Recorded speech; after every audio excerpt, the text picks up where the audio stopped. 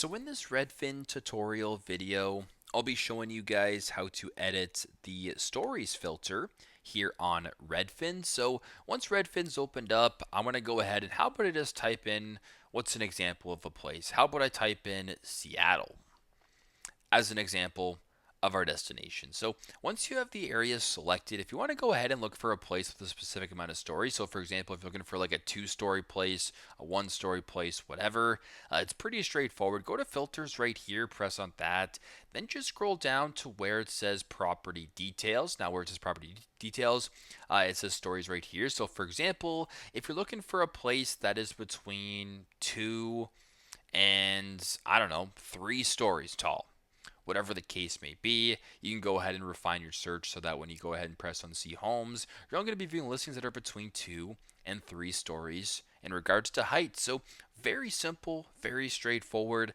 This is how you guys can edit the amount of stories filter on a home here on Redfin. Thanks again for watching, and I hope this video helps.